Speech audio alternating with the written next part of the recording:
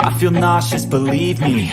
Never had a lot of shit come easy. Had to work hard, struggle just to be me. Had to work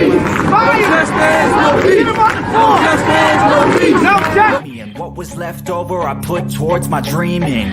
But the only thing in life that has meaning are the things you gotta work for, believe me.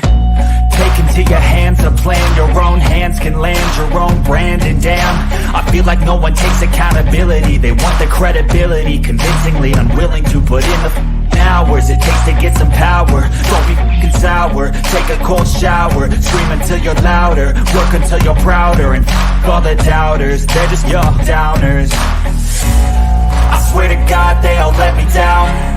I always fought. I can tell you that 7 years after Freddie Gray, that was 2015, spring, April, May. This is 2022.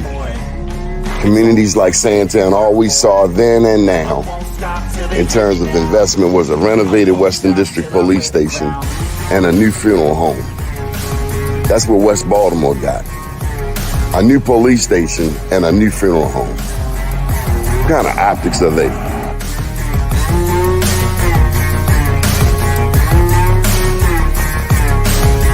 Was Freddie Gray any different than 1968 Baltimore riots?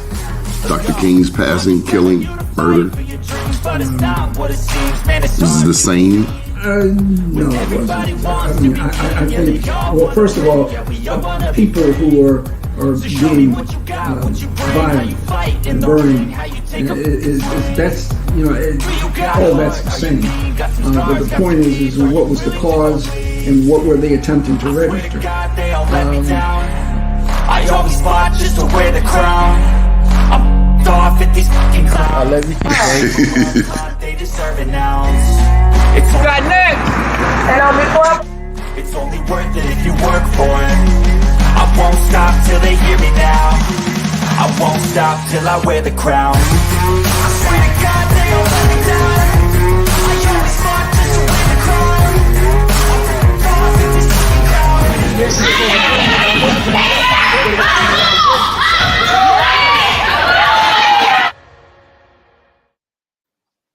All right, all right, all right.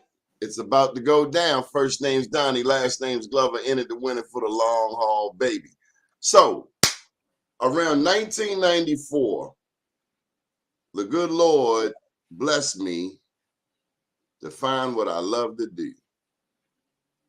After about 50 jobs, I mean, I had to write this down for an application recently, over 50 jobs before I got to what I really love. I did a bunch of stuff, bussing tables. Phillips had to carry a tray in both hands.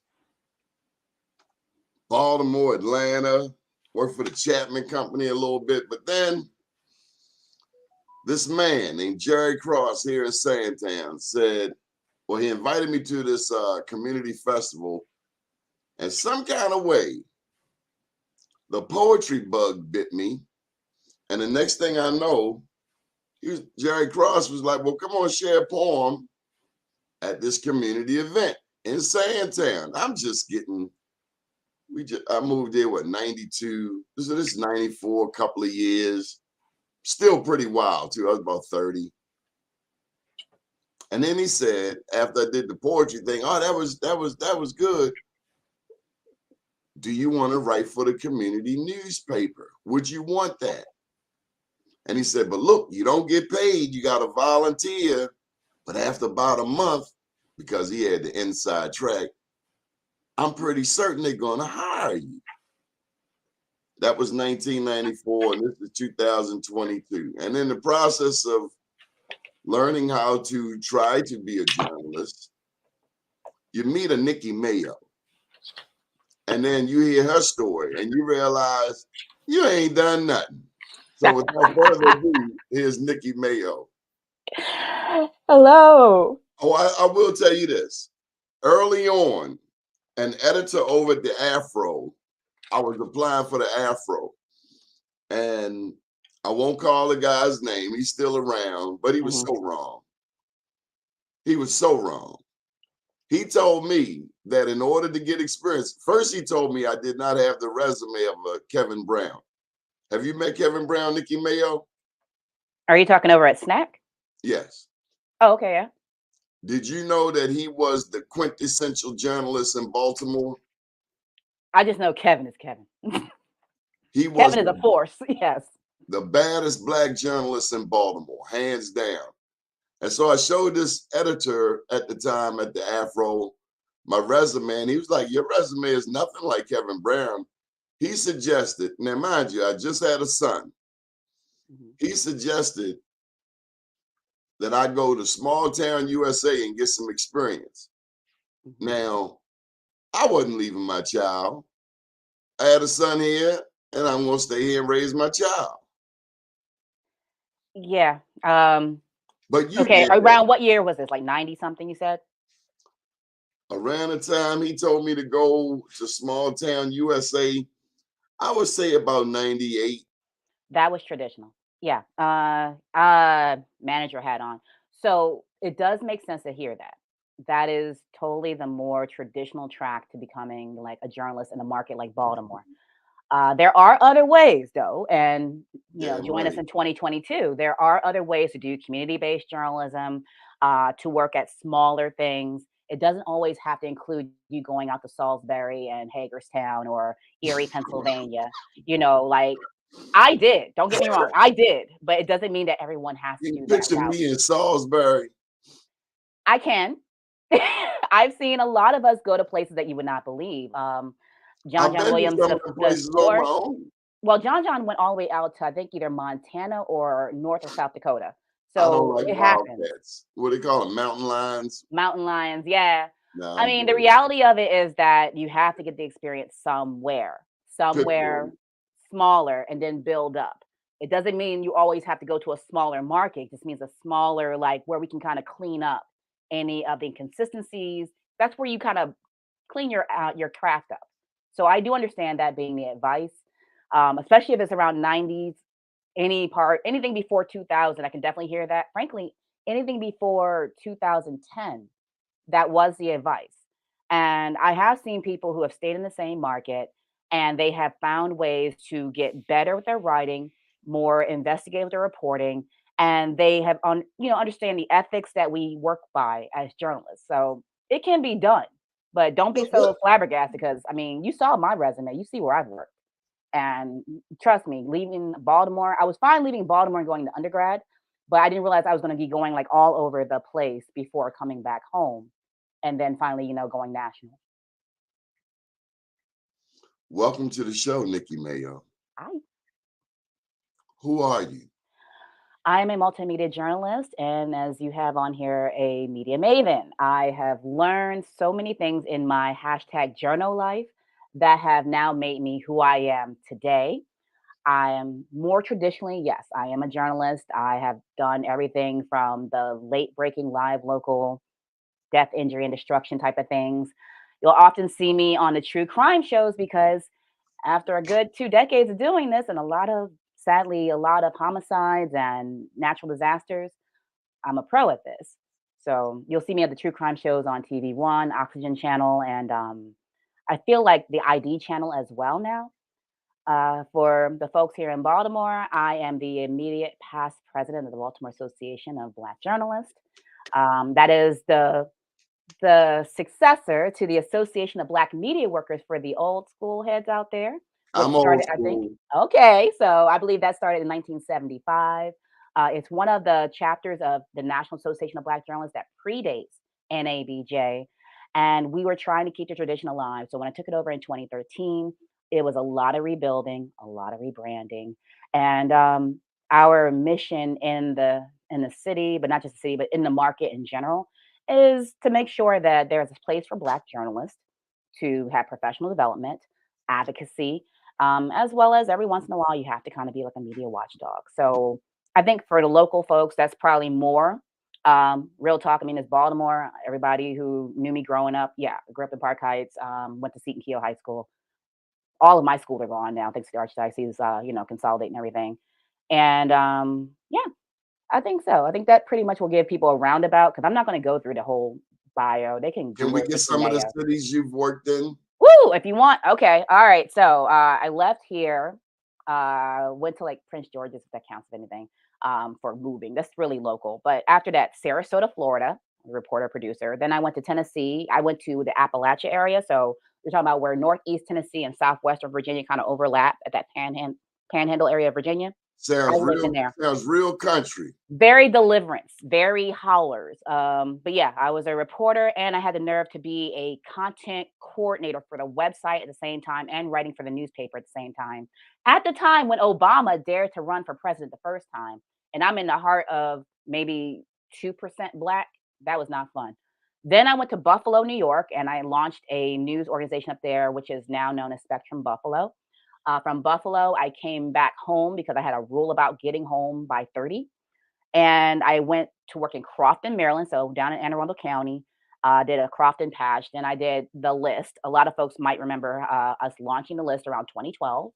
It's still on, I believe. It's like on around 7 o'clock. But it's an EW Scripts nationwide show. So the thing that folks never really picked up on was I'm showing you all the cool things around Baltimore, but this is a national program. So I'm a national correspondent. I just happen to be in Baltimore. And from there, the Associated Press in DC. So there's more after that, but when you're saying cities, I think I named them all except for maybe Philadelphia too. I also worked in Philadelphia.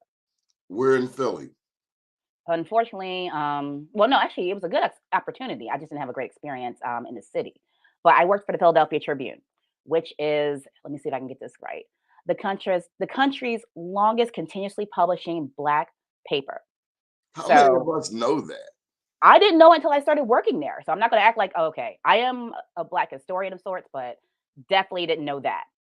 My life has always been the Afro, the Afro, the Afro. So to hear that they were continuously publishing, I get what that means. So there might be publications older than, but have they been able to, through all the economic depressions, all the fluctuations of finances or resources, Technology. technology, even like I was brought in to be the digital editor for the Philly Tribune. I'm sorry, it's called phillytrib.com. But it's it's their digital presence as well as their social media presence. So I had to take on the voice of, who was the local stuff. And the way that I survived with that was I had to get a staff of people who knew the vernacular because they get really sensitive about how you pronounce JAWN. I never got it right, so I'm not doing it today either. But What certain is things, JAWN? that is the word. You can use it for so many things. It's like Smurf almost. Like it can mean a cool person, a cool thing. Like it just can sit in the space of like try to pronounce JAWN. I'm not doing it because you're not gonna get me a clip messing it up and have John. all of Philadelphia hit me up. But trust John. me, okay, go with that. I don't know. Like I But claim what's it supposed to sound like? I have no clue. I mean, like in New Orleans, I What have baby? a Yeah. dear friend that they say Wardy. But even with Waldy, it's Wody, how you say it correctly. So after a while, you're just like, you know what? I can't get the vernacular down. I'm gonna leave it alone. Wody. Wody? No, I'm asking. I don't I know. heard Wardy. And see, my age range, I grew up with Master P in them. So with the 504 boys and thing, I remember like, Wody was kind of fast. And then now we have P Valley out here using Wody. So it's kind of like how do the locals say it? That's how you say it. The best way I can make it make I sense totally here agree. is Towson is not Tosin. You know, I've seen Ellicott City being Ellicott or some fanciness. I'm just it's Ellicott, y'all. Just going with it. It's not Lafayette, it's Lafayette. Lafayette, yeah. So after a while, it's like when you have such a big market like Philadelphia and such a like institution like the Philadelphia Tribune, you want to get things right. And when you realize that you're not from here, then you go and get people who they know the area. You hire the people who know the area, and then they correct like my I think I forgot the title we gave her, but she was definitely like we were a two-person full-time team, and then we had freelancers that also worked for us. And the assistant that I had, she was on point. Like she was amazing. Also a Delta Star, so she's gonna be great. And she was a Philly native. So anytime I would write something, she's like, "Yeah, that's not how it's supposed to be used." Like, okay, you have to have those people to help you with the checks and balances. The local television stations could stand to take that advice. They could, but I mean, I understand the handicap that they're dealing with when it comes to staffing. You want No, people. No, I no, can. I can. no. You didn't give me one excuse for Mhm. not learning the Philadelphia way. You did not Mhm. give me one excuse. You gave me steps to Yeah, effectively be the Baltimore born digital editor of a Philadelphia historically Black publication. I didn't hear you're one. right, but I'm also me. Remember I told you I learned me, and I know that I'm gonna go be above and beyond to learn the area, but also learn what are the nuances of the area so that we're not making any, like, crazy foibles. Why, Television why, stations, radio stations, newspapers right now, when it comes to staffing, are you paying these people enough to even go out there and learn the area? They have to want to learn the area. a few years ago, the Baltimore Sun asked its reporters to not only write an article, Mhm. but to pull out their digital camera and videotape a segment. Okay. Now, that was, I would say, 10 years ago. The Sun was trying this, they were trying that. They were bringing in freelancers to do blogging for them, self included. Then the Baltimore Banner shows up. And one of the first things I remember, the Baltimore Sun issued an apology to the African American community in Baltimore, but we weren't really paying it any attention because many of us don't read the Sun anyway. I don't know how I feel about paying somebody for news, but be that as it may, now you got a local owned by a billionaire who wanted to buy the Sun, who said, never mind, I'll go build my own. So who is this Baltimore Banner and what are they about? I only know what I saw the same night we were there together. So I got to see, like, it's a new news organization. They're nonprofit and they're trying to make sure that they're doing not just the death, injury, and destruction, bleeding and leading. They're attempting to also go deeper and do fun stuff and do maybe like more featurey things. Now that's just from what I could glean because again, I don't work there. Um, What when it does it comes mean? to What does it mean when you say nonprofit? We've heard that the Baltimore Brew is a nonprofit. What does it mean to the consumer when the news outlet in the first line they tell you they're a nonprofit? The idea is that it should not be pushed by the sponsorships. Okay. Like how normally, like, okay, I'm mad at the paper. I'm gonna go tell the sponsors that I don't like them. They're more mission driven than subscription. I'm sorry, they're more mission driven than sponsor driven. Sponsors being the people who buy ads, people who they do need to have money, don't get me wrong. But that's not supposed to be the mission. The mission is supposed to be journalism. It's supposed to be the storytelling. Whatever they plastered on the wall, that orange and white wall where it says this is what we're about, that's more of what the mission is versus okay, but we got to make sure that we are totally like adhering to what our sponsors want. So I was there at the same event that you Mhm. were, but I'm coming from 20 years of Don Quixote. Chasing windmills. Well, the non-traditional route. Okay. And so as a media owner, I'm always looking to see what I can learn, Mhm. especially from someone with a big old fat checkbook. What did we learn? Learn from the people who are funding this organization. Help me out. No, from the what was it, a welcoming reception, a Oh, happy it hour? was like a get to know you. Like, kind of circling back to the best way to learn a market is to learn the people, to talk to the people, to engage the people. And that's how they decided to engage the audience was by having a whole event there, like welcome to, it's all got open house kind of feel to it. And you get to learn or meet the people who work there. And for me, frankly, it was me giving them a chance to like, what do you need to ask me? What do you need to know about covering this area? Um, in the end, the managers and me is like, this is nice, this is great, but they are going to eventually have to like, and I'm sure they're already doing it, walk out there and meet people, meet the audience that you're going to cover.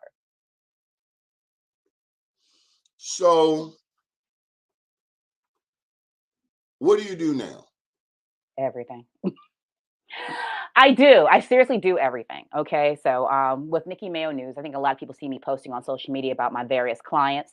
I hate that this year has been the year of the NDAs on almost every other project that I've done, but hey, okay, great. It's money. So yeah, video production because I've been a one woman band reporter, MMJ, forever. So yeah, I know how to shoot, edit, and make things amazing for razzle dazzle to it. So I'll do everything from small businesses, uh, faith-based organizations, and some civic groups, as long as they don't intertwine with politics. Do their promotional videos, social media campaigns. It is very fun because it's like it's the lighter side of media production. I don't have to like grill them about anything. They're selling t-shirts and cupcakes. Like, okay, let me just help highlight your business. It's not the same as what I do for Black Women Unmuted, where we cover Black women in politics as well as policy that impacts the Black community, but particularly Black women. There, I'm back on my journal life kick where, yes, I do have to ask politicians a lot of bristly questions and stuff like that because my key audience are Black women. And frankly, we have always been the canary in the coal mine when it comes to politics. So you have those two sides of me. I do the fun marketing stuff where I get to like Hold up, highlight us. this way too early in the morning, and Why is and it I'm too not gonna early? let you slide. Slow down. What? You said a canary in a coal mine. Now, not everybody Why are you gonna let understand me slide on that? That's very valid. what is a canary in a coal mine. For Oh, those you who mean don't for know, those who don't know? I gotcha. Okay. So maybe they've heard the euphemism of like when America when Black America I'm sorry, when America gets a cold, Black America gets the flu. So Black women are always impacted heavily when policies are being made from DC out, from Annapolis out, from City Hall out. We we stand to be very poised in a good position politically to influence how policies will impact everybody as a whole because we know that we'll get the brunt of this otherwise. That's why you saw the emergence of, I think in 2018, we had the whole like Stacey Abrams, and also there was a whole thing in Alabama. I might have the dates wrong on this one, but I just remember there was like a big rising in Alabama to turn a race, and it was mostly powered by Black women, but that's just recent stuff. Most of the civil rights movement, when you get into who's fueling the mobilization of Black voters, who's like literally strolling to the polls and getting folks out there, you're going to keep seeing Black women, Black women, Black women, Black women. So Black Women Unmuted, that's what we cover. So canary in the coal mine, the idea where the comes. brothers at? I mean, that's not very encouraging to me. Where the brothers at? That's not something I can tell you. I don't know. You're the Black man here. You tell me where the brother's at. I run a website called Okay, Black but Women Unmuted. So yeah. but the canary thing Yeah. years ago, if you were in a coal mine, Mhm. the canary was your warning signal, right? Yep. Um, just by virtue of them being smaller than a human, if you have a canary in there with you and the canary starts to, struggle and frankly die, it's time to get out because there's enough gases and fumes in there that could lead to the rest of the staff, the crew, possibly being in danger too. So again, Black women, we can tell you really fast, hey, we felt this before, it's going to get worse. I think we all saw that in like 2016, 2015, the whole ride to the Trump presidency, when Black women were telling folks that, hey, this man is a well-known, not just, no one really cares about Flanders and office, we get that. But when you come to like racist, sexist, openly like the housing discrimination in New York, there's so many things that Black women were like sounding the alarm on. But of course, they are being met with, just pretty much, hush. Uh, and then we saw how that presidency played out. So it's kind of like, listen to Black women. I know it was a trope and a little bit of a hashtag that was like floating around, but we tried to tell you. And again, like when it comes to if we take care of, frankly, if you take care of Black women, you take care of everybody. It does trickle up. It really does work. If you take care of Black women, you take care of everybody. Yep, because we're inherently nurturers, and historically, we give everything to everyone around us. So And see, I was excited. I was Mhm. looking at it from a slightly different perspective. Okay. We control $1.6 trillion as a people. Okay. And I would suggest that Black women control most of that 1.6 trillion, the majority of that. I would Suggesting say it that Black was. women vote. Mhm. And I would also say that although Black women are the fastest growing prison demographic, they've got a ways to go to catch up with, and we certainly are not wishing this, but Black men, heavily incarcerated. So incarceration, employment, education, sisters are leading the way. Well, I don't want to conflate the two because I don't want people to think that just because there are Black men in those institutions that they are not present in politics and in policy advocacy. Still I was just America. expanding on, what I'm we reminded covered. that we are 13% according to US Census of the Okay. population. But if we are only 13%, and I just can't buy it because the smaller the number, to me, the more impactful our collective contribution has been to this country. Okay. I mean, it's all up for argument, I'm sure. I don't really have too much to contribute to that. Sorry. Okay, a horse in that race. Okay, so this is what I do want to ask you. Mhm. There are a lot of Black women on this network, Black USA. Mhm. What advice would you have for them as they're watching the show? What advice would you have for them as radio or news show hosts? Any advice to young women who may not have had the formalized training that you have had? What, to become a host or to improve as a host? What's the question? Any advice to Black women looking to Mhm. pursue a career in journalism, I gotcha. or young Um, girls in college in I, particular? I am still like, I don't know if you've seen any of my recent posts about these podcasts kind of getting questionable, but I am still an advocate for learning foundational skills. And that might be, I'm not saying you have to go to somebody's, Syracuse, but you definitely need to go and learn how this all works. I'm here for that. I learned it on my own thing, but then there's that guidance part that I'm worried about. And you can do apprenticeships that don't require you being enrolled in anyone's college, but learn from somebody else before you branch out on your own. I've seen a lot of crash and burns lately, and I'm sitting here wondering like what made them think this was a good idea. So frankly, I know my advice could just be for Black women, but we've just seen an emergence of really bad podcasts lately to the extent of I'm like, can folks at least watch the shows that your audience deems to be great? Get an idea. How do they work? Before you start saying, I'm gonna do my own thing, because we're seeing people out here dancing with the possibility of lawsuits. Okay. And that's a real thing. And when people say, well, what about freedom of speech? If you were in a formal institution, you will learn how freedom of speech really does work. But fine, you don't want to spend money on the formal thing. At least go an apprenticeship with somebody so you can see how not to get sued, how not to get everything you've worked for killed over. I would like to have more responsible media out there because I kind of love, it's not even kind of, I love the open discourse. I love the fact that we have the stream yards and we have the other like vehicles that people are using to like put their shows on. I love it because it gives me more content to just consume and I get to decide what I like versus the traditional route is what did the radio station say was okay? What did the television station say was okay? What did the network say was okay? So we're getting more microphones and more access to have our own voices. I love that part. What I don't love is misinformation running rampant. Folks who have no formal training are so easily persuaded, sadly, to dish out talking points for They don't even realize they're doing it half the time, but talking points for white supremacist organizations. During the election, we saw a lot of people's messaging getting hijacked and well-intentioned, but getting hijacked because they were being influenced by folks who were just trying to keep Black people away from polls.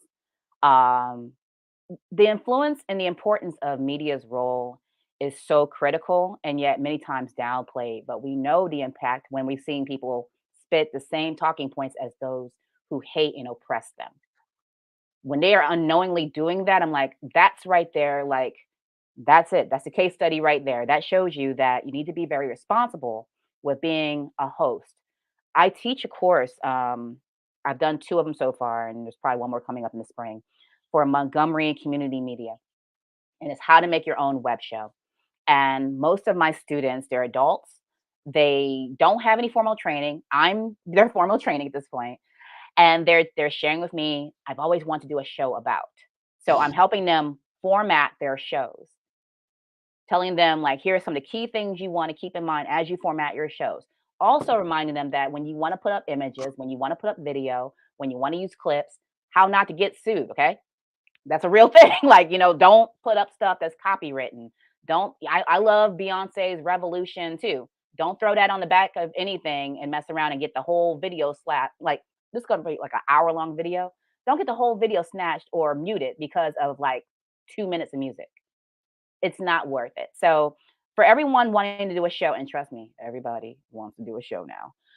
Whew, get some type of training. I do not endorse you got a mic, go for it. No, no. We've seen this be so tragic and so messy. Most recent case, I think, would be with the Drink Champs and Kanye. That's a good example of what not to do. Tell us about it. What happened? Okay, so for those of you just tuning into the world, Kanye West, who has been, kind of on a rampage of a lot of sporadic moments, to the point where if you are a responsible journalist, you would not put a microphone in front of him, because we do not, you do not exploit people when they seem to have something not 100% together. He's showing signs of I'm glad something. you said that. It's your responsibility. Just like the bartender can't keep giving drinks to the drunk person at the end of the bar. They're held responsible if that person goes and has a crash. So no, as a journalist, you are not allowed. Well, no, I'm sorry. You can do a lot of stuff. You're not supposed to. We got a whole bunch of ethics here. You're not supposed to exploit people in their like incapacitated state. And while he may not have said that he's incapacitated, to the observant eye, something ain't right now with Kanye. So you don't go putting him on things with microphones. Tucker Carlson was negligent with that. The Drink Champs was negligent with that. And I think he was on some other show where the guy had a British accent. Either way, all these people are exploiting. Oh, Pierce. Was it Piers Morgan? Oh, Oh, great. he That one. Okay, well, nothing good's going to come from that anyway. But it's just like knowing your news sources. And let's be straight. When I say these news sources, yes, I have a heightened awareness of who's a good one and who's you may not want to do this one. The question is who, because apparently Kanye cannot be held to make these decisions. But somebody around should be like, yeah, I don't think that's the best vehicle for you to go on in your current state. Drink Champs is literally a show where they go on there and they drink for like 2 hours and talk. And that can be fun and ha when it's your favorite that can entertainer. be very dangerous. But thank you. But it's also dangerous when, well, it's dangerous, period. Don't get me wrong. But It's dangerous. You're drinking. they're drinking. But here's the thing: they want to claim entertainment. That I don't ain't know no why damn Noriega came entertainment. out with That's the whole. career ender. Well, and that's what they want to do. And let's be straight: Nori has not really released a hit since I was an undergrad. Okay, so that's around like the early 2000s. This is the hit. This is the hit. This is This it. was not good. This was not a good move, because while it got him, I watched the unrolling of this, because I didn't get to finish. Exactly what happened to Kanye thing. Kanye got on there. He was getting inebriated with everyone else, and he started to make comments about everything, including some anti-Semitic comments, which in this business you definitely don't want to do. But you don't want to, like, they were cool with all the other stuff, but this one, that was and it's a wrap. All the endorsements, all the deals, all the things. But that's Kanye. Back on the people providing the platform, the Drink Champs people. That's their responsibility. And Nori did come out and do a whole mea culpa, I think on like Tuesday. Like, I think it ran like Sunday, Monday.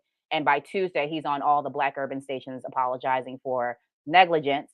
And even in the mea culpa, he's like messing up and say, "Well, I think I did my job as a journalist." Like, no, no, please don't conflate, don't confuse people with this, because nothing about what you did was journalism. Journalists do not go and get their interviewees drunk and then say, "All right, let's talk."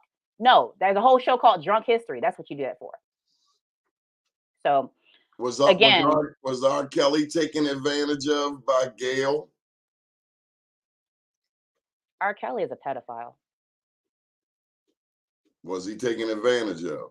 I don't think I can even honestly speak. I can't. I'm trying to be objective, but I can't objectively speak on that. So I'm being very open about it. I can't see him as anything else but a pedophile. So I don't care if he was treated fairly at all by anything. That's fair. What about Jeffrey Epstein? Was he treated fairly? Isn't he a pedophile too? Are you gonna bring out all the pedophiles now? No. Okay, because I thought we were gonna talk about I've journalistic been ethics and stuff watching like that. It's a like lot I'm of sitting here crime thinking drama. like these are well-known pedophiles. No, I get it. But I'm just considering the law.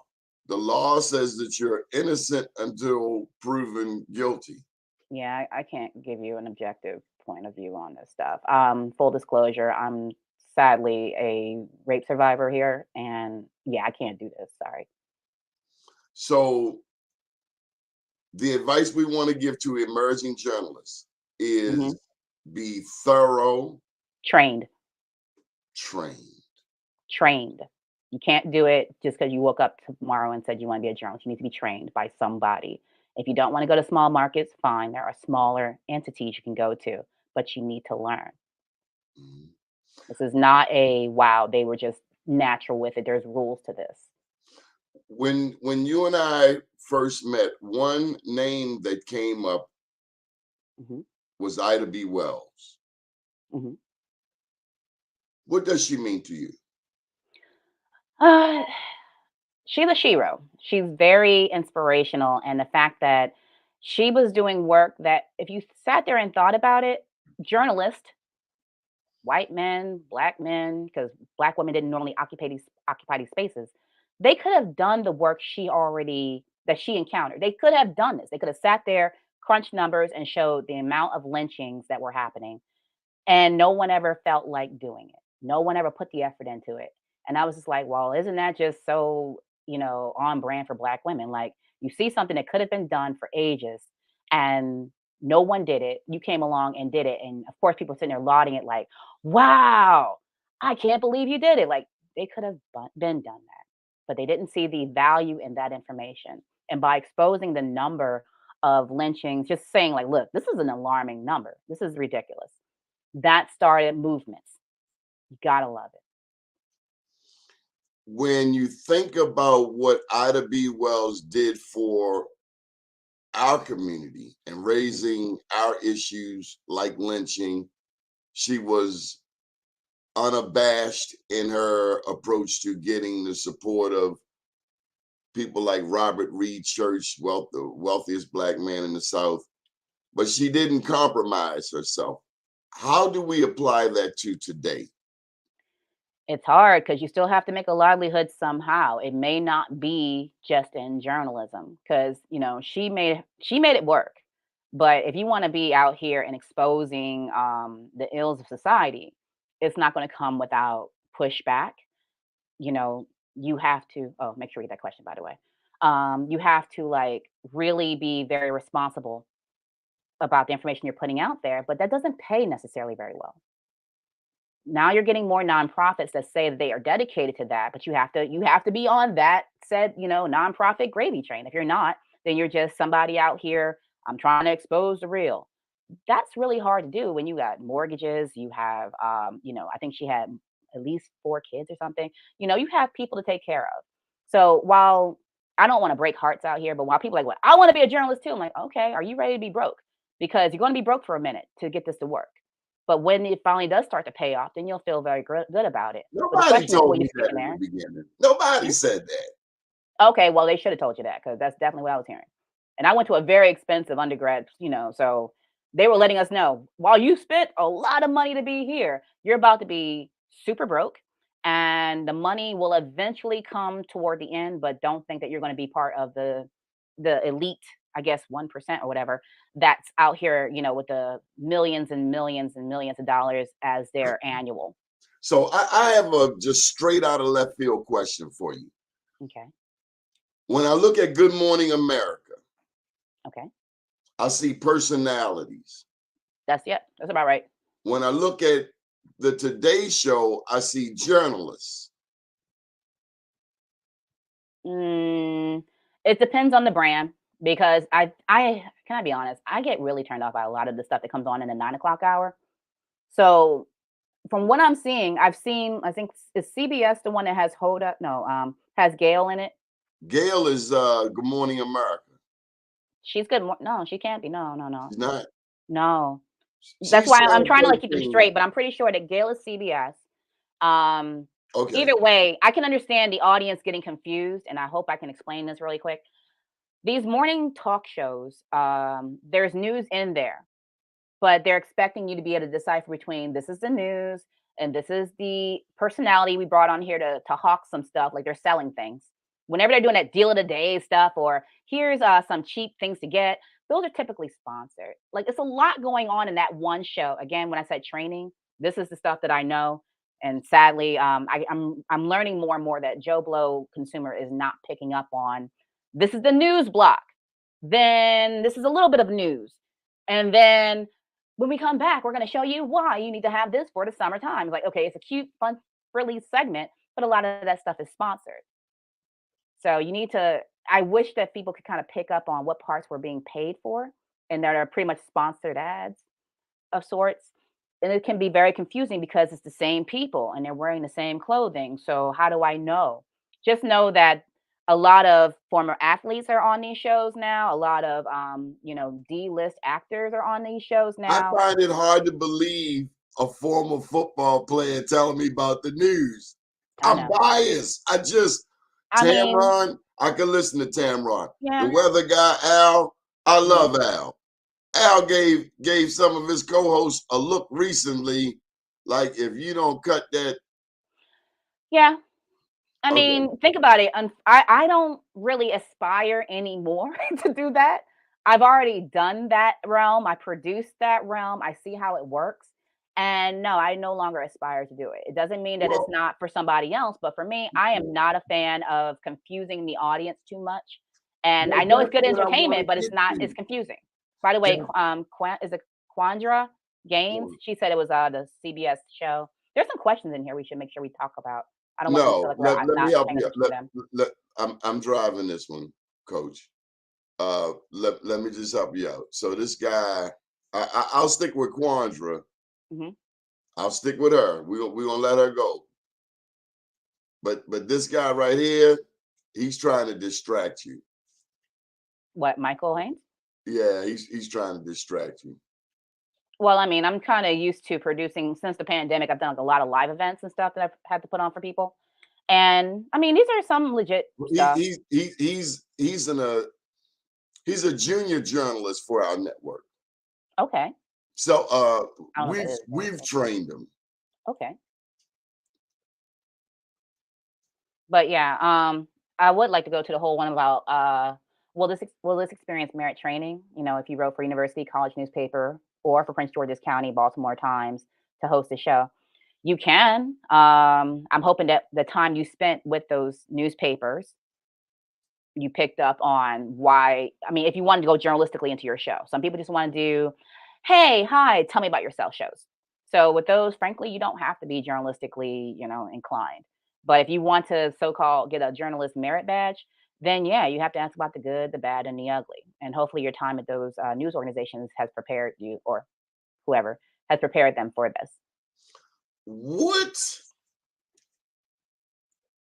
must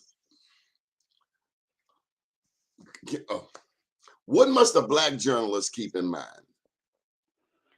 Uh, in America? in America, that's really wide. Let's see. Well, for sure, again, start with foundational training. So, yes, foundational training. Don't just wake up and say you want to be a journalist. Make sure you're getting trained. See, I'm beating a dead horse with this because too many people don't have good training, and it's the reason why I turned down a lot of managerial jobs in newsrooms. Because if your staff sucks, I don't want to manage your staff. If your staff isn't already trained, you don't want to come in. You don't Nope, want to have to come in and train them. I do not. Most of these jobs don't pay enough for me to sit here and teach journalism 101 or 205 or whatever. And it's So disrespectful to all that you paid, yeah, contributed, worked to get to where you are. it's that. And it's also, as the manager, you're the person in charge. I don't care what type of business it is. As a manager, you are responsible for the product.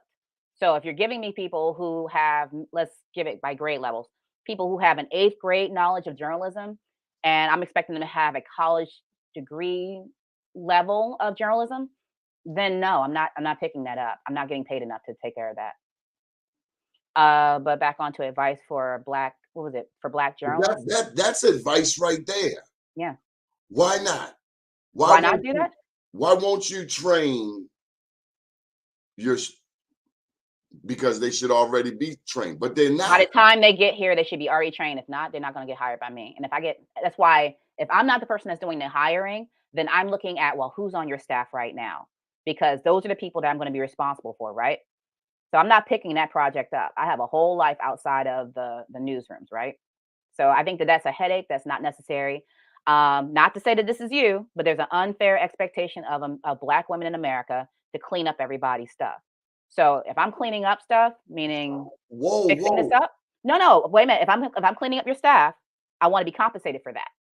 And if I'm not going to be compensated for that, I don't want to clean up your staff. I saw Barack Obama's presidency kind of the same way as you see Black women's role. That's very honest, yeah. Especially the time that he came in, the expectation of like, well, now you fix this, like after we done had all this hot mess. So I can see that, yes. What But does it you're asking do? me, like, why would I not? I'm like, I'm not picking up a hot mess and cleaning it up. We've seen principals come in and they have worked miracles on schools that really need to be turned around. That is their mission. That is their heart. That is their passion. My passion is telling stories. My passion is not to train every journalist out here. If I want to do that, I would take some of these job offers I've gotten from local universities to do that already. I want to take a break first before I go into the academic setting of now we want you to help train the next generation of journalists. 'Cause that's a lot of work. And as a person that taught high school for 2 years, I know what I would be walking into. So when you elevate that to the level of, okay, now with a newsroom, how much work would that take?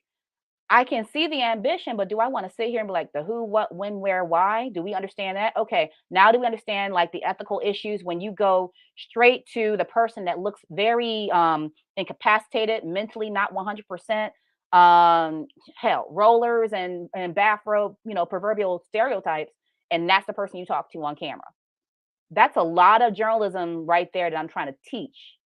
And that's why, while it sounds elitist to say that we'd rather just deal with folks who have already studied this for 4 years versus folks who are kind of winging it. Because when you're winging it, you're making mistakes that we're like, we taught you not to do this. Like, oh, wait a minute, we didn't teach you. So you're figuring it out now. I got to get in two questions because time is running away. But one question is, what story can you share a story that you worked on that taught you something? Every story. I've covered, I Okay, mean, okay. I hate to be so cliche, but you got to keep in mind, I have a 2 decades career here, mostly covering like local, state, and national politics. So you're learning something every day. That's the whole essence of journalism in the news is something new every day. I want to hear about one of your favorite stories. Mm. What's one of my favorite stories? Because I got some fun stuff too. And Gosh. then I want you to tell me about your recent project with the 90-year-old lady. Oh, that was fun too.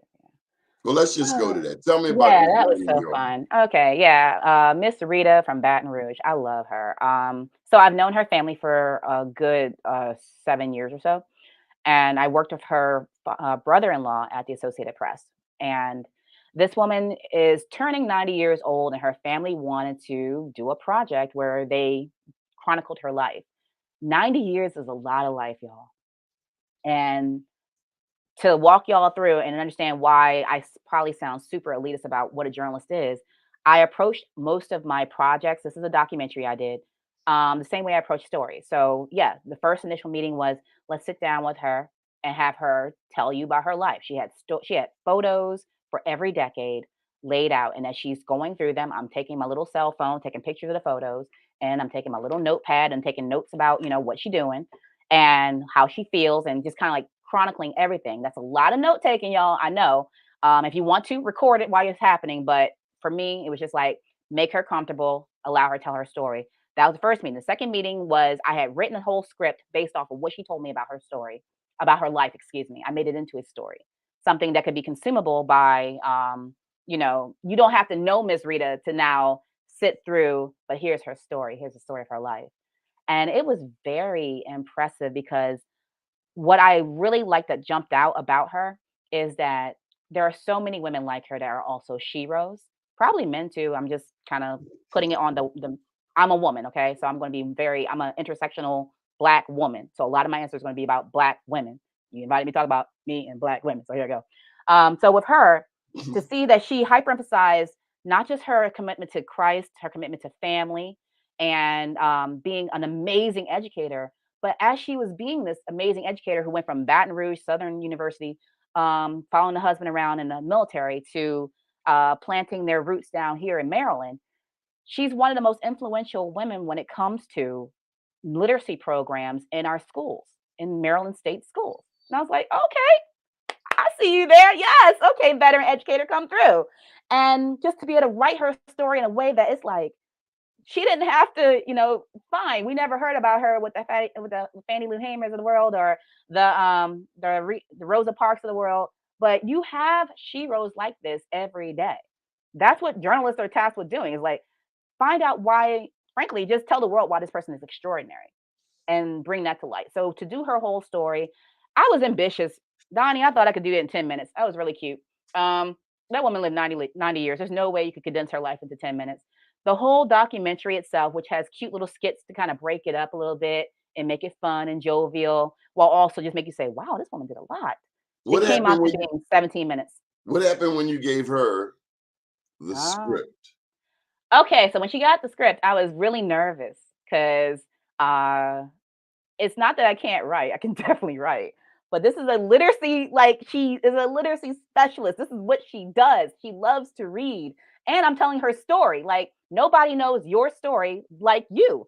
So I was like, whoa, Miss Rita, here you go. like, like I hope it don't come back completely bloody red. Like I'm nervous out my This mind. Like, is the ma'am. first time I'm hearing in this whole hour Yeah. where you are not the one in charge. It's her story. They're paying me to tell her story. It'd be different if I was like, okay, I talked to you. Now I'm going back to my, news organization and typing up her story and cutting and video and stuff. But no, this is part of my marketing side. Like while I'm taking a journalistic approach to it, it's still a marketing project. This is their story. They're paying me money. I'm not going in and asking her I'm not pulling up any rocks and saying, well, what about when you did this? And what about that? There is no other side to Hidden this. agenda. No, again, back onto tenets of journalism stuff. We ask questions, and then you ask full, because you research the person, you ask full questions. I think the most controversial thing I probably asked her in my interview after sitting, remember, stage one was sit down with her. Stage two was, okay, let's do the script. Was and stage one was like, okay, she's an AKA crossed in 1953. Okay, we're talking debutante style photos with this crossing picture that appeared in the newspaper. And I was like, so So help you me mean out. really dazzling, stunning, We're gorgeous. talking the gloves, darling, the lace, the hair is perfectly coiled. It was so cute. And I'm looking at them, I'm like, so did y'all do party hop strolling back then? Were there, I'm a Delta, so I'm like, were y'all ski weeing back then? And she's like, oh, we didn't do all that. We don't do all that. I was like, really? Like, okay. So it kind of put in perspective how we look at our more you know, seasoned sorors and the likes. And when they be seeing us, hopping and strolling and doing all the things, how they be clutching pearls. Like, I get it now. She told her that was not their life. That is not what they did. She's like, but they're okay with it, but they're just like, no, we didn't do all that. So now I understand why they clutch their pearls so much. Why? because that's not what they did back then. That's They just just not what they they, did. they just grabbed the pearls. I'm No, I'm slow. just saying, like, when we have events, like, let's say we're in the midst of homecoming season, right? Morgan's homecoming, Howard's homecoming, Hampton, you get the idea. So there's gonna be a lot of fraternities and sororities out there having a good old time, and you're gonna be dancing, you're gonna do, you're strolling, shimmies for the kappas and stuff like that. So I'm so used to that. But I always did laugh at, like, when our elders sit there, like, they're like, what y'all doing? Like, so I'm like, why are they so sensitive? Because that was not their experience. That is So not the way they did it. when I see some of the Masonic brothers today, Mhm. and I think of my dad's generation, at best, they had a ring or they Mhm. had a little something on the back of their car. But the brothers That was it. today are Yeah. much more flamboyant, Yeah. which for me brings a whole different complexion to what I used to revere. Things change, times change, and the way that people celebrate, that changes too. Will journalism change? Oh yeah, it's morphing all over the place. Like we have so much information out here that it's one of those things where it's I don't mind that it's changing. It's just that you have to be aware of how it's changing. And I don't know if the consumers are ready for all of this because consumers like, if I have a microphone, I'm a journalist. If I have a TV show, I'm a journalist. If I frankly write a blog, I'm a journalist. So they're not differentiating already. And as citizen journalism, gets more strong, more strong, gets stronger. I'm sorry. As citizen journalism gets stronger, as opportunities to stream and to get your word out there gets more enhanced, there's just a lot of media out there, and it calls for discernment because I don't feel like the whole I gotta be objective 100% is even realistic or tangible. It never was, and it's becoming more evident in our conversations amongst journalists right now. Heck, SPJ is happening right now in DC. Um, that you can't require a journalist to come to a topic and get rid of all that they are to cover said topic. You have to understand that that is part of them telling the story. The best example I can offer right now is similar to going back to you asked me about all the pedophile people. I can't I can't give you a objective. I can't even attempt to fake objectivity because I'm too clouded by. But they're horrible monsters. I can't answer that. And if I was in a newsroom, I would say I can't be on this story. I Again, have these a are rules we learn. Like these are rules we learn. These are things we do in journalism.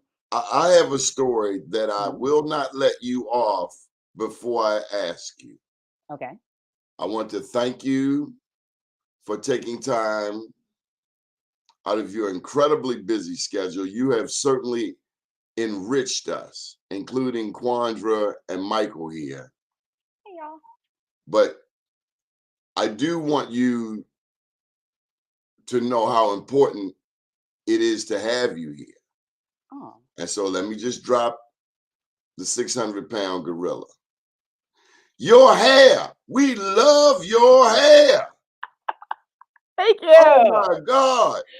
Thank I'm not being you. professional. You said I don't have to be objective all the time. Yeah.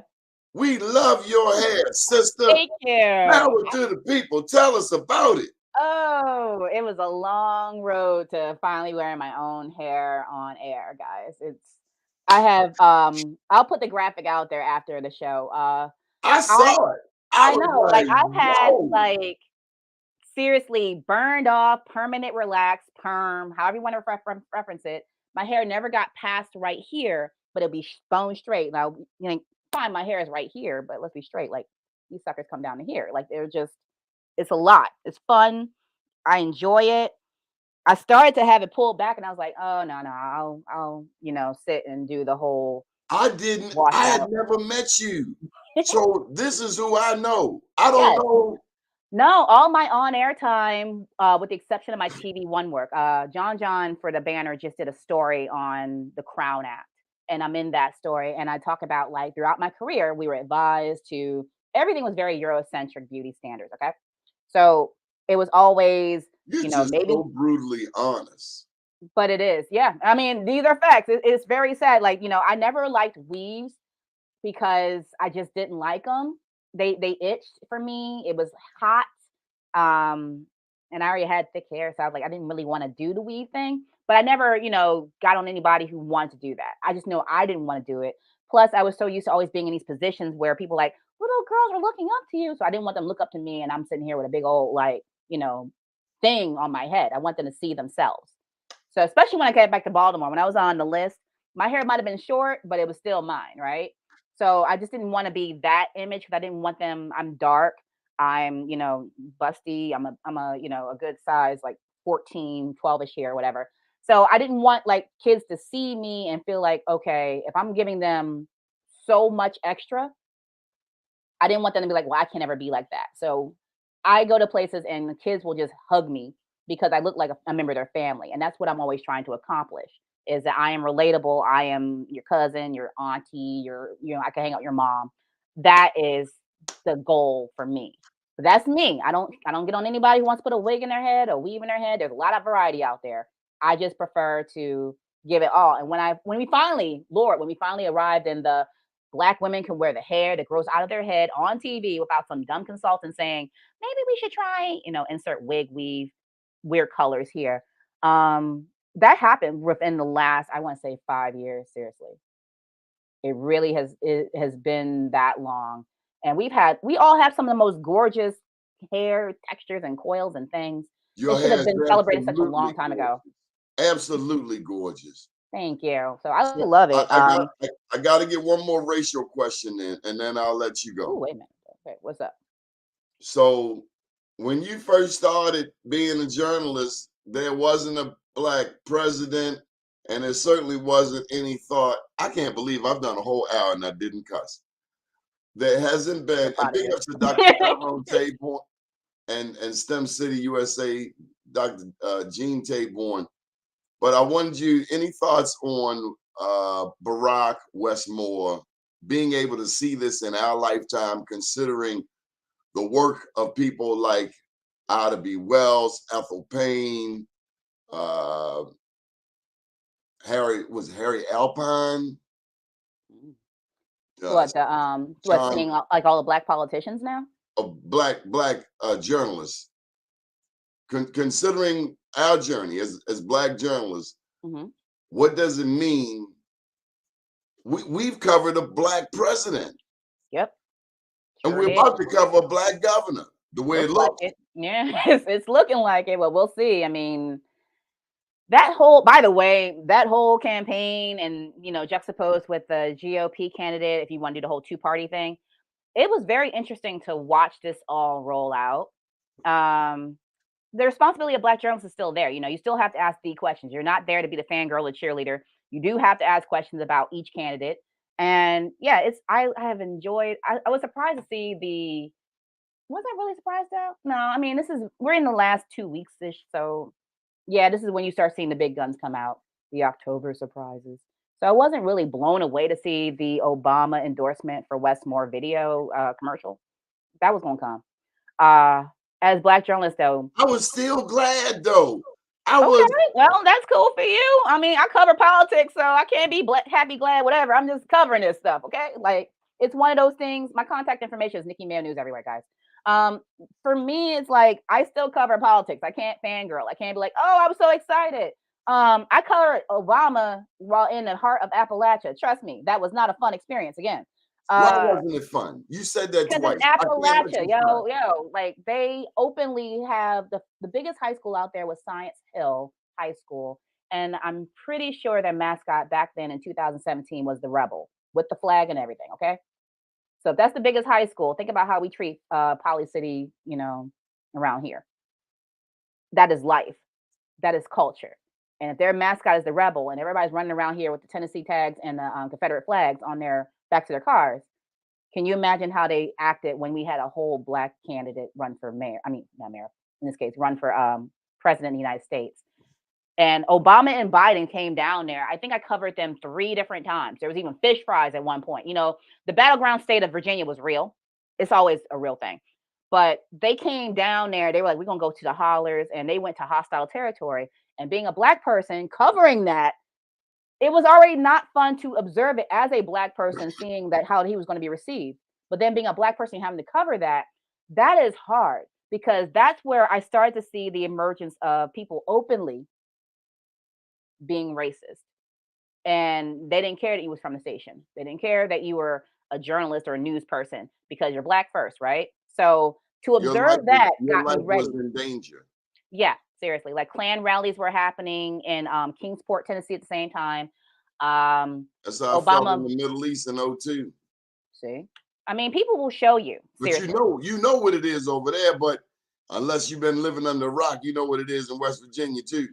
Yeah, and this is they had to go to Virginia. Like if anything, it showed that they were effectively trying to campaign. This is 2007, by the way, people. But it showed they were effectively trying to campaign through all of Virginia, because sometimes people stop at Northern Virginia, which is that's suicide right there.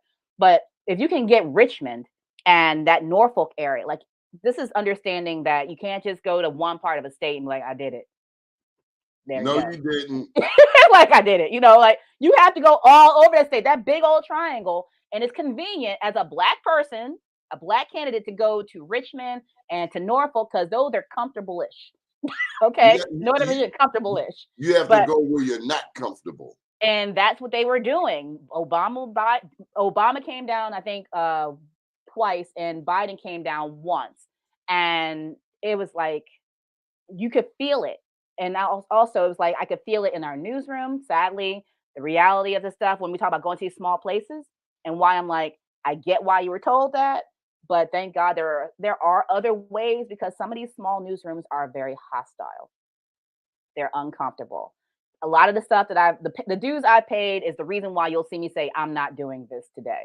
I paid too many dues. I've thrown myself into too many hellfires. I'm not doing this mess anymore when it comes to going into hostile working environments, because we do probably have quite a few in Baltimore newsrooms too, I'm sure, but nothing as bad as what I saw down in Appalachia. And Sarasota was a touch and go, because there's a lot of transplants down there. But anyone who knows Florida knows that once you go an hour inland from the coast, you're back in the South for real. Would you work for Fox Baltimore? No. Good answer. Like, that's all I wanted to ask. No, hell no. That's all I wanted to get in. I so appreciate you. We've gone over, but you have inspired me. I know you have. I'm going to put some of Michael's comments. I don't even look at him after a while, because he's just trying to steal our guests away. That's all. Try to steal your guests. You got to steal the show or something. Yes. Well, oh my God. Okay, that's what real producers sadly do. Is like they're like, oh, I saw this person on this show. I'm gonna get them on my show. They do it all the time. It happens. We're honored to have Mr. Michael Hayden, but we're also honored to have you. You have taught me. I've been your student. I've been I didn't cuss, but we so appreciate you, Nicki, and we love your hair, but we also love your honesty. I don't even know if we scratched the surface on what's the 90-year-old lady? Oh, Miss Rita. Well, yeah, Miss Rita. It was a hit, by the way. They had her party, and they loved the Miss Rita story. So, and she loved your work. Yes, I passed the test. Lord, that was hard. I passed the test though. She worked with me though. She didn't. She gave you some edits, but they weren't brutal. They were not. She's an educator through and through. So most educators are trying to still teach you something. So she was not trying to like beat me down at all. She was the consummate educator, the veteran teacher that you would want to have.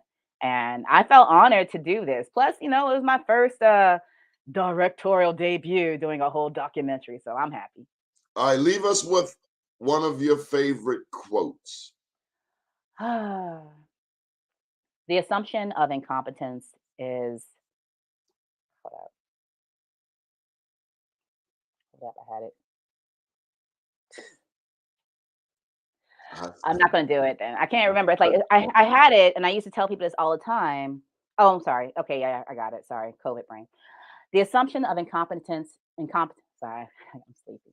The assumption of incompetence is ignorance, and that's something that I just started telling people as I was like moving through these different spaces, because I don't like that how we show up in the world is kind of stuck on, well, what is their perception of you? But sadly, it is, and they'll engage you with all their preconceived notions. And sadly for me, again, being a Black woman sitting at the intersectionality of being Black and a woman, and I'm from Baltimore too, going to these Well, places. see, I see you in the totally opposite way. Like a sister from Baltimore who's educated, went to Syracuse, and she rocking her own natural hair.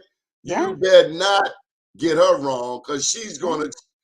gonna G check you from We the. do notoriously G-check folks, but yes, it's the fact that that was from you. But think about it. I had to go navigate newsrooms in Sarasota, Appalachia, Buffalo, even Philadelphia. And if it wasn't like sexism, it was like misogyny. It was like misogynoir just kind of came together. It was a consistent, just like you're showing up ready to do the job, but first you got to get past all of these preconceived notions of incompetence that they have on you. So while you didn't see that, because I mean, we share so many different like background things for these people where I'm like entering their world and I'm No, entering and no, they're bringing their they were preconceived entering notions. your world because you are a Yeah. queen. They just didn't understand the Oh, movie set they were on. They thought they were in charge. They well, learned that God is they in learn. charge, and Yeah. you are one of God's representatives. And if they want to be able to converse with you, they better lift their game up too. I bet you raised their game. I know you I did. don't think I did. I think that they were really stuck on stupid because I think a lot of this stuff is like similar to bringing us full circle back to like what can newsrooms do locally in Baltimore to They cover know, Baltimore more accurately. You're going into these environments where again there's preconceived notions of your ability. but we have And preconceived notions of their abilities. that They too. But you're asking me about, where that quote fair, came from. That quote came from me going into their environments and hostile having territory. to, yeah, hostile territory on the regular and having to have the double taxing part of having to show these people that, yes, of course I can do this job. That's why you hired me. And I hate the fact that it was always compounded with, let me throw extra stuff on top of this, just kind of like it was for game or for show. I never understood like this does not help our product. This is wasting our time. This is wasting my energy. I could be doing so many grand things for you that I can't do because I have to sit here and work through your preconceived notions of incompetence, which is ignorance. What will be So your I got tired of it. And I what just will that's why I'm doing my own stuff now because I got tired of having to explain, having to hyper perform. It was like this is a waste of my time and my skills and my talents. I'd rather take my skills and talents to working for me because I'm a good manager. what is the name of your company? How can people hire you? I'm Nicki Mayo News LLC, and as long as you're not a politician, you could possibly hire me. So that's all. They can find I'm Nicki Mayo News everywhere. You cannot not find me. I have a website that one of the commenters threw up in the chat, and it's NickiMayoNews.com. It's very easy to find me. But more importantly, it's like I do social media campaigns, promotional videos. I avoid podcasts like the plague, so don't ask me to do them. And yeah, that's about it. Yeah, for the most part. You have so blessed our network. Thank you. Thank you for taking the time to enlighten us mortals so that we can one day be journalistic icons like yourself. And we can't wait to see what's next. Any final thought? Uh, no, just as folks want to venture into this, just remember training is essential. You got to learn from somebody. You can't just wing it. And if you're going to wing it, okay, great. Like I tell my web series students, just make sure you understand that winging it and not being aware of journalistic ethics and the rules that we abide by, just don't identify the journalist, okay? Just don't do that to yourself because journalists right now, we're just exhausted. We're working hard and we will happily gut check somebody real fast about that's not what you're doing. Thank you for edifying us and making us better, Nicki Mayo. However, we can be of service to you. We're only a phone call away. We are proud of you. You make us proud. Oh, thank you. I can't wait to have my daughter meet you. Oh, okay. Awesome. She has so much to learn from you. A strong Black woman, and we love your natural hair. I've said that already. Thank you. I appreciate it. Y'all, it has been fun. Okay. Good morning, world.